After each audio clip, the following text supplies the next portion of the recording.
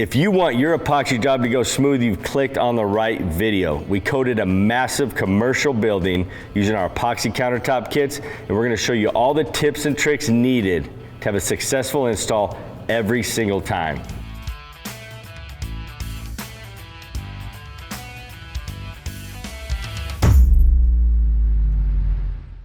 What's going on YouTube? Tyler with Leggari Products. We're about to put down 180 square feet worth of epoxy countertops in a commercial setting. You're not gonna wanna miss it. We're gonna start with the funnest part first, laying the epoxy. Let's go. Now we got 2.5 gallon buckets. So just this setup here is 50 square feet. And then this guy back here, these two are 50 square feet. So I know one bucket's gonna go just in this section. That other 1.5 gallon is gonna go on that section. So what I like to do is I'll dump out the majority of the product, spread it out real quick just to make sure I have a good amount of resin everywhere on that section. And then the remaining product, I'll just dump a bead down the middle over all that section. And then once we cross roll, we just cross roll that out. That'll give us extra resin, but this makes it really quick to spread it out to know you have a pretty good thickness everywhere, but always save a little in the bucket or have someone spreading it out because again, we don't want to let it sit in the bucket too long.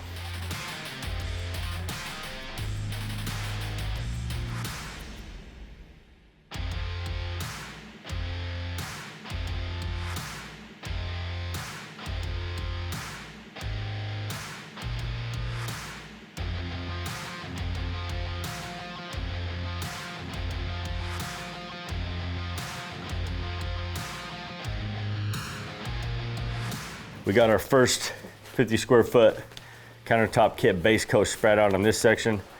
Kyle's working on the other kit that we mixed up. Spread it out with the notch squeegee really quick. Added the rest of the material, just a bead down the middle everywhere. And then now I'm just gonna cross roll and roll everything out. So when I start to soak up, when I first start with the dry roller, I'll go around that bead and just soak it up. And then we're just gonna cross roll.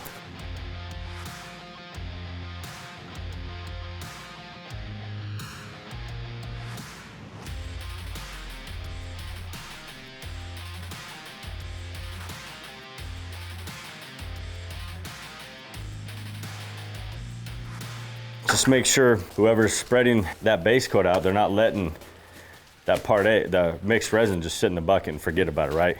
Like we want to get it dumped out of the bucket right away. Dude, white Lambo. Where? He's going out back. Oh, dude, another one, white Lambo. That's a truck. Oh, dude. Dude. All right, ready? Here we go. So back to what I was doing. Again, we're just cross rolling. Remember we poured that bead down the middle, cross rolling it out. This is gonna give us a nice even coat because again, we use that notch squeegee, spread it out evenly at that thickness, added it right down the middle and spread it out again with the roller.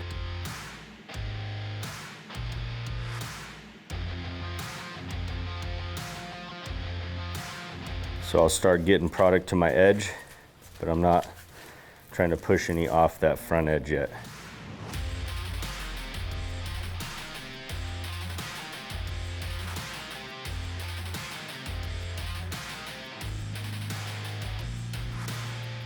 So I always like to get all the tops done and rolled out before I hit my faces.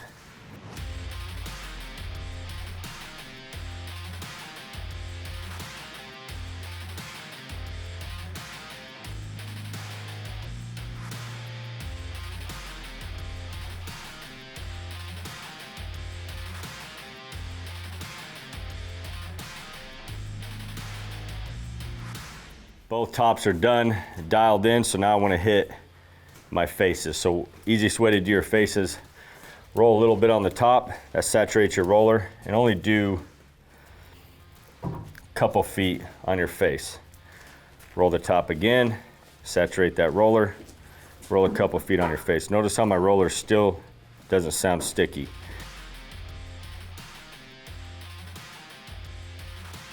So about this time, usually when I start doing my edges is when whoever's mixing the highlights, I say, hey, I'm ready for highlights, because it'll take me a minute to hit all the faces right. So we're gonna we probably won't even use one countertop highlight for both these sections because they want small, thin veins.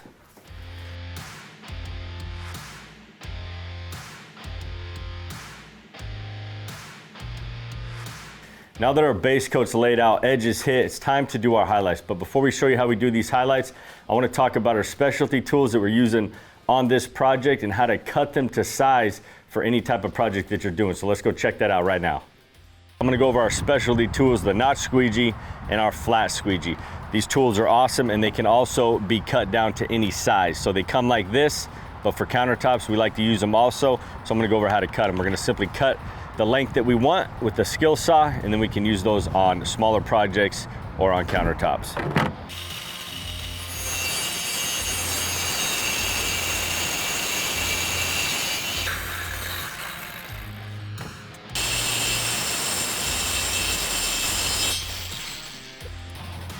Beautiful thing. Yep.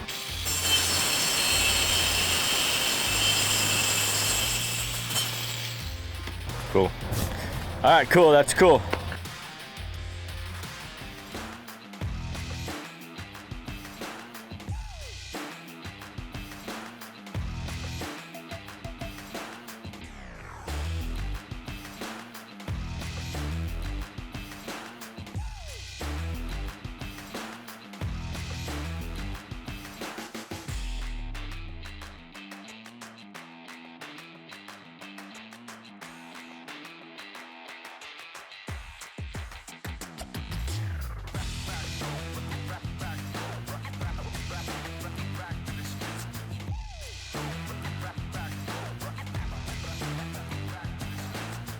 So like I said before, we're doing small veins, so we're not gonna need a lot of highlights. So we don't need to mix up every single highlight that we have in our countertop kits. So Kyle mixed up, I don't know, I think he mixed 24 ounces out of 30 ounces or something. I probably won't even use all that for these two sections. The best way to do small veins is to let it drizzle off a paint stick. You wanna go random directions, smaller veins, you don't wanna go really long unless that's the look you're going for. We can always add more, right? We can't take it out once we add it. So we wanna, you know, separate them out, spread them out, start to blend them. If we think maybe let's add some more, we can add more, but I'm telling you, trying to pull the color out, it's almost impossible, especially with the white base. So again, start with less, you can always add more. So I'm doing 2 sections at a time, so I need to hop over here, get my other sections done.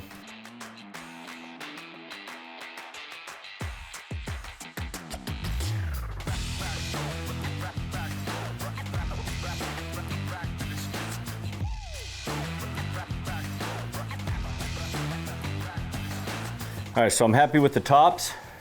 Next thing we're gonna do before we even start blending is we're gonna go around and we're gonna add a little product to all the spots that are coming over the edges. And like you'll notice a big gap here. I might add just a little bit of highlight there because we want our edges to kind of match the top with color. And this is all we do. You're gonna allow a little more resin to run down that edge, right? I'm gonna start blending the top. So what we're trying to do when we're blending, follow the vein pattern is what I'm gonna do. You can just go super random directions, it looks cool too. But I'm gonna blend kind of in this vein pattern, maybe add a little bit of color throughout it, right? We're not trying to move a bunch of resin, we're just trying to blend the surface. So I'm gonna hold my squeegee at a low angle as I'm blending. But you can see, we barely use any highlights, guys, and see how much color we have out here.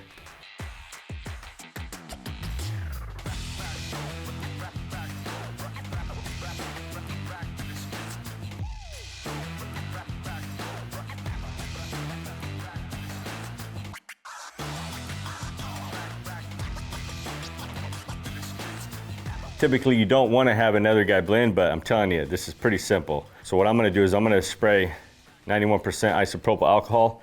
It's going to give us some more craters and cells, and then I'll roll my face. I want to do that after, because if I roll my face, I spritz isopropyl alcohol on the surface, I hit my faces, it's going to thin that resin out. It's already thin on the face, so I like to do that after.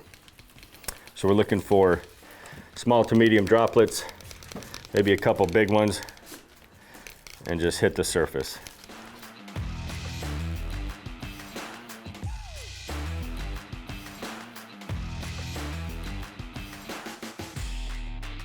So last thing we're gonna do is roll in our edges, just real quick. It'll still come back. We just wanna kind of tone those in a little bit. That color will pop back.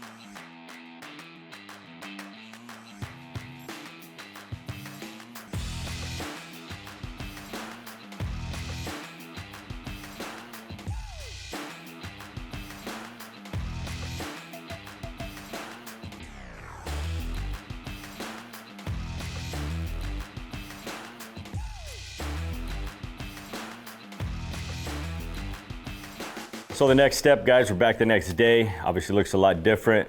Don't worry, I filmed a bunch of the stuff that we did to prep for the top coat. Now, there's a lot of benefits of doing top coats on epoxy because you can fix imperfections, right? You can sand the surface if dust, debris gets in it, and then you can simply roll on a top coat. What we like to do is pull all the plastic up, all the tape on the edges, make sure everything's dialed in case we have to fix or patch something. And then once it's all cleaned up, sanded, any imperfections on the face is sanded, we go back and all we have to do is anywhere our roller is gonna hit an edge or maybe a cabinet, we just put a strip of blue tape.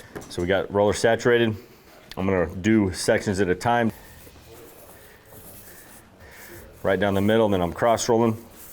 Notice I'm moving quick. I don't care about roller lines right now. I wanna get everything coated.